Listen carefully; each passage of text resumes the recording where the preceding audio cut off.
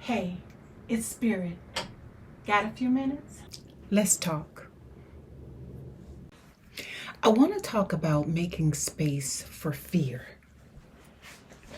Yeah, fear. Recently, I went to Florida, and although I go there often because three of my sons live there and five of my grandchildren live there. And the reason why I went was because this time was to celebrate my youngest grandson who just turned 1 year old, celebrate his birthday.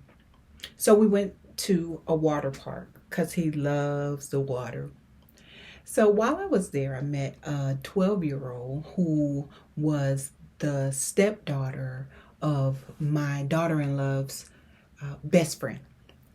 So she asked me, and I had been on many of the attractions already. This particular ride, no one else wanted to go on. So she asked me if I would go.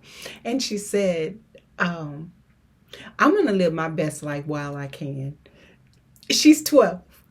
So she kind of inspired me too.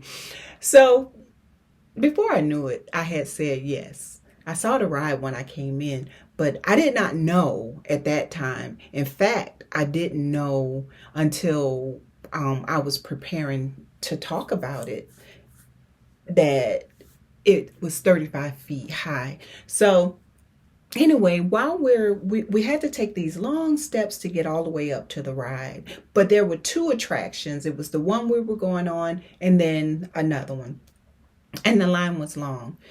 But we were asking people, which attraction they were going to so that we could, skip the line if weren't that many people going to our attraction. No one, I mean, absolutely no one was in line for the attraction that we were going on. In fact, one woman said, as we were passing her, she said, y'all go ahead. I paused.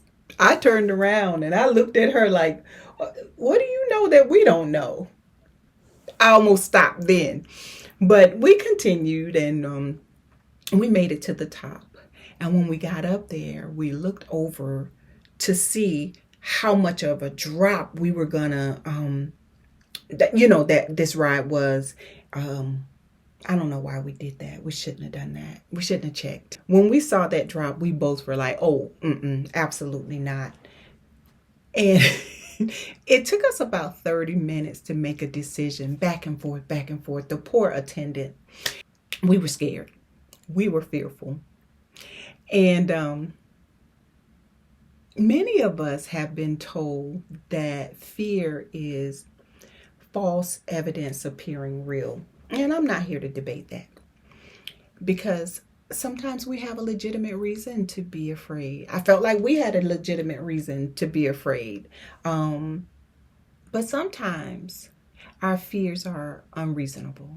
And what we fear is unlikely to happen. In our case, like I said, legitimate. It took us about 30 minutes to get up the courage to take that frightening plunge. But for me, what prompted me, number one, was that the 12-year-old went first. Scared. She was scared, but she did it. And even after she did it, I said, oh, I don't think so, because the attendant had told us that the heavier you are, the higher up you go after you go in that deep dive, then you shoot all the way up, and that's the 35 feet. And I was so scared that I was going to go over the edge. But then I looked over the railing to the ground, and there had formed a fairly large crowd of people probably waiting to see. They were used to seeing the kids do this jump, but not someone my age getting on this ride. And at first I was like, yeah, well, they're not going to influence me to go.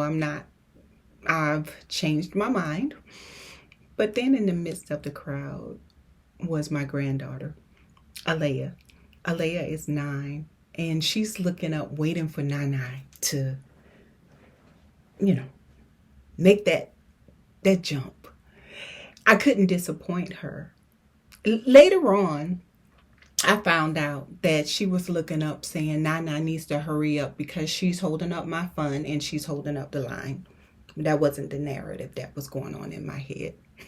Anyway, I said all this to say that fear is necessary.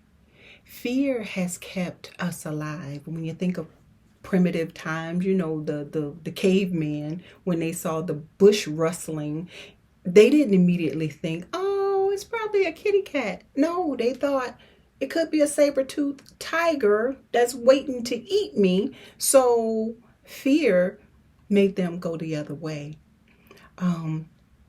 Fear is the companion of courage.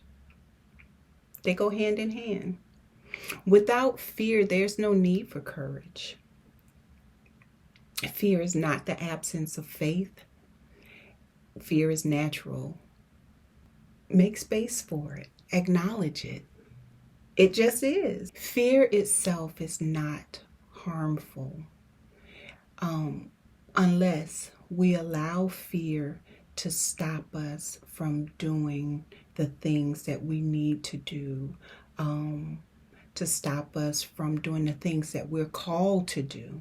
So I encourage you, whatever it is that you're called to do, to impact your life, to impact your community, to impact the world, do it. Even though you're scared, even though you're fearful, grab courage by the hand, do it afraid, and go and create something wonderful. Make space for fear. All right, y'all. Bye.